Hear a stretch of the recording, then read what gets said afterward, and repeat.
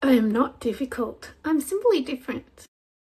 Have you ever been told to change aspects of your personality to fit in? One of the biggest things that I've gone through as a person who has autism and ADHD is to change aspects of myself, and the list keeps growing to fit in.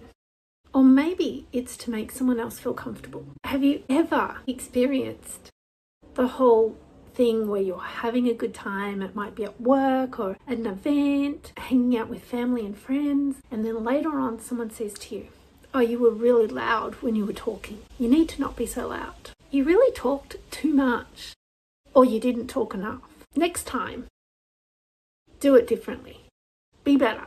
But why? Why should you do it differently in that regard? Often when people are uncomfortable with someone else's traits or behaviors, one of the biggest things that comes out is that they want that person to change so they feel comfortable, not because you're doing anything wrong, not because there's something wrong with you. It's because their version of the world says that your behavior is not okay. And often, if we're looking for that place of feeling included or wanting to have that external validation instead of support, they're two different things. But often when we're looking for that external validation, we go, "Oh my gosh, you're right, I did talk too much. So next time I'm with somebody, I'm not going to talk as much, or I'm going to remember to ask them how they are or get them to talk." Have you ever been told that you lack empathy or understanding? I know I have. And in fact, I have so much empathy, and which flows into sympathy, and I care deeply about other people, and I want to know and I want to learn more. But the way I process it and then communicate it back is very different. So I'm not difficult. And if you have been experiencing any of what I've just said, even one thing of what I've said, you are not difficult and you are not the problem necessarily. Now, how to find out if you should maybe change up something, and that's on you to work out, is to sit back and know who you are with openness and vulnerability and ownership. Know who you are as a person, your traits, and then be you. Be the best version of you. So if today you're tired, then be tired and choose how long you're going to be tired for. Yes, and I'm getting firm. I'm getting action. I'm being strict with you. And I'm also having a bit of fun. And then the other thing is to accept that not everybody's going to accept you.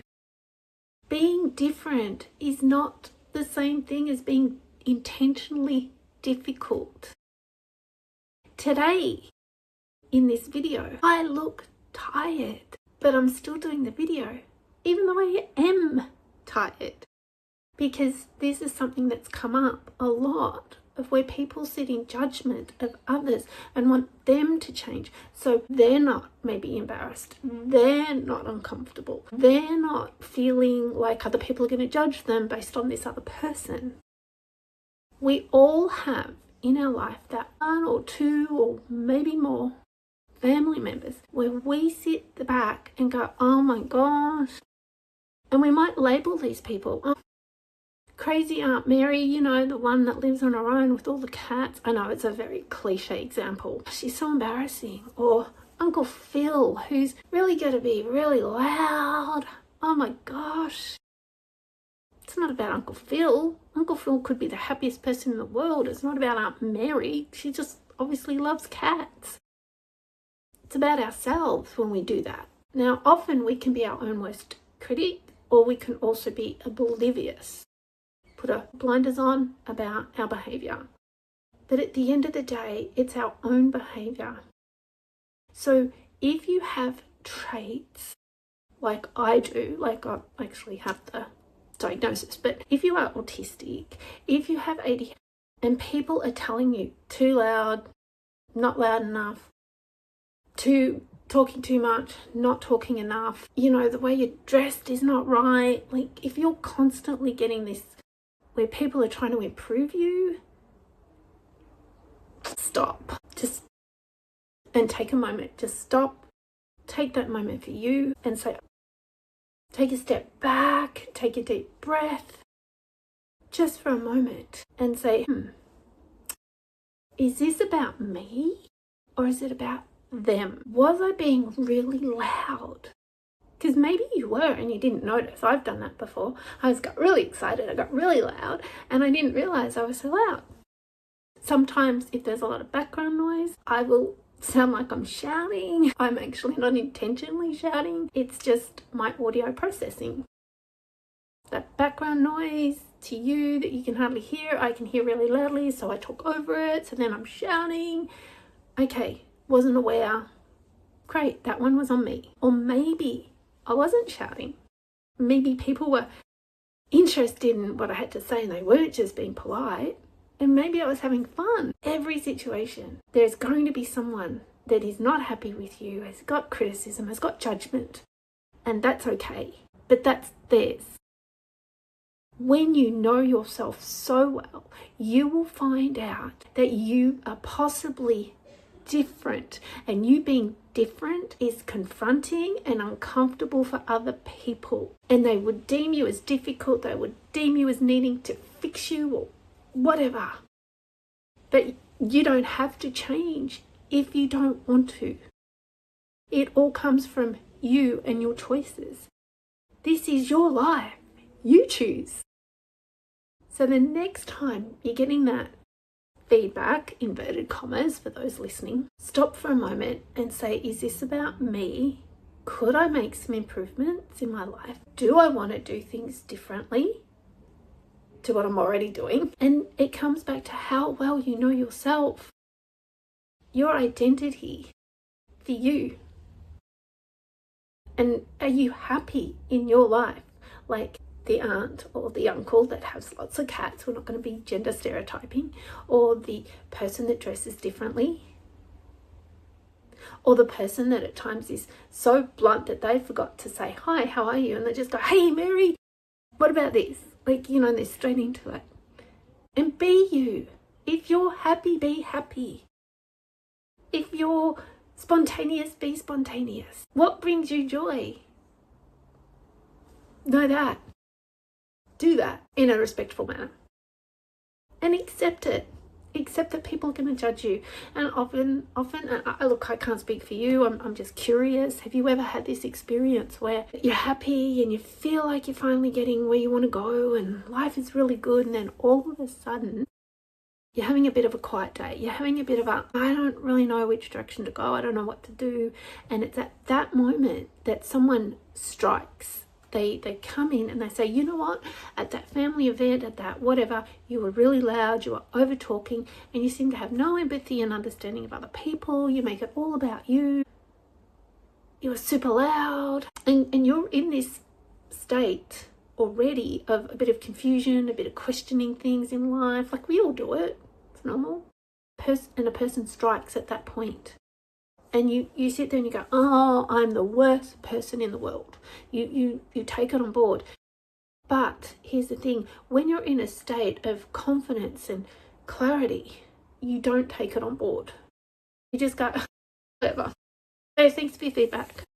And it's like, as they say, water off a duck's back. You don't absorb it. But if you're already questioning things, if you're already in a state of change and flux, and maybe you haven't been unwell, I don't know, maybe you got a lot going on, and that's when a person strikes. They come in and they say, hey, and they say, you know what, you're really lacking empathy there, or understanding, or you were so loud, or what's wrong with you? You weren't talking at all. This is where we respond or react. So one of the things is that I have been dealing with all this, 50 plus years. And a couple of years ago, I found that I was meeting the same people that had the same problem. So I wrote the book Empowering Me.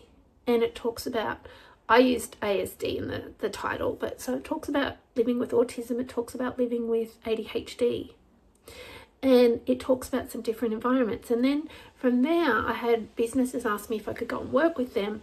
And so from there, I wrote neurodiversity in the workplace, because at times I can be super lazy.